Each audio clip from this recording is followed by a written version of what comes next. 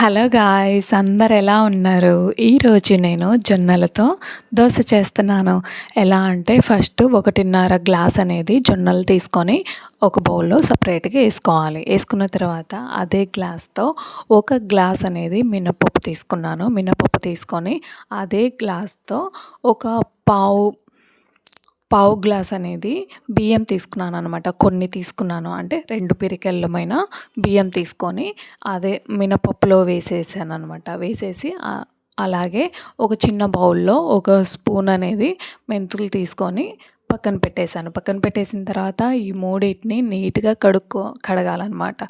నీట్గా కడిగేసి 8 గంటలు అనేది జొన్నల్ని ఖచ్చితంగా నానబెట్టాలి. నానబెట్టిన తర్వాత ఒక గ్లాస్ అనేది ఒక అర గ్లాస్ ఉంది కదా, అర గ్లాస్ అనేది నేను అటుకులు కూడా తీసుకున్నాను. అటుకులు తీసుకొని బాగా నానబెట్టాను అనమాట. నానబెట్టిన తర్వాత మనము 8 గంటల తర్వాత జొన్నల్ని ఫస్ట్ మిక్సీ జార్లో వేసుకొని మెత్తగా గ్రైండ్ చేసుకోవాలి. ఎందుకంటే జొన్నలు అనేది కొంచెం లేటుగా మెదుగుతాయి కదా, అందుకనేసి ఫస్ట్ జొన్నల్ని మిక్సీ పట్టుకోవాలి. తర్వాత మినపప్పు, బియ్యము, తర్వాత అటుకులు, అలాగే ముందుగా నానబెట్టుకున్న మెంతులు కూడా ఉన్నాయి కదా, మెంతులు కూడా వేసేసి పిండినంతా మెత్తగా గ్రైండ్ చేసుకోవాలి. దోశ బ్యాటర్ లాగా గ్రైండ్ చేసేసుకొని బాగా బీట్ చేయాలన్నమాట. మనం ఎంతగా బాగా అయితే బీట్ చేస్తామో దోశ అనేది అంత బాగా క్రిస్పీగా వస్తుందన్నమాట.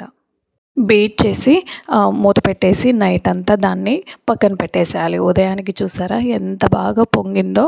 అలా పొంగిందంటే దోశ చాలా బాగా వస్తుంది. దాంట్లోనే కొంచెం సాల్ట్, తర్వాత ఒక చిటికెడు అనేది వంట సోడా ఉంటుంది కదా, వంట సోడా కూడా వేసేసి బాగా కలిదిప్పాలి. కలిదిప్పిన తర్వాత దోస పెనం ఉంది కదా, గ్యాస్ వెలిగించి గ్యాస్ మీద దోస పెనం పెట్టేసి పెనం అనేది వేడెక్కిన తర్వాత ఒక ఆనియన్ ఉంటుంది కదా, ఆనియన్ని కట్ చేసుకొని ఆనియన్ తోటి వేడెక్కిన పెన్నాన్ని ఒకసారి నీట్గా రుద్ది దోశ వేసామంటే చూసారా ఎంత పల్చగా వచ్చిందో, అలాగే ఎర్రగా కూడా వచ్చిందనమాట. చాలా టేస్ట్గా కూడా ఉంటాయి అండ్ హెల్దీ కూడా జొన్న దోశ అనేది. ఒకసారి ఈ రెసిపీని ట్రై చేయండి. ట్రై చేసి మీకు ఎలా వచ్చిందో కామెంట్ బాక్స్లో కామెంట్ చేయండి. ప్లీజ్ నా ఛానల్ని సబ్స్క్రైబ్ చేయండి. మీకు కూడా ఈ రెసిపీ నచ్చినట్టయితే ప్లీజ్ ఒక లైక్.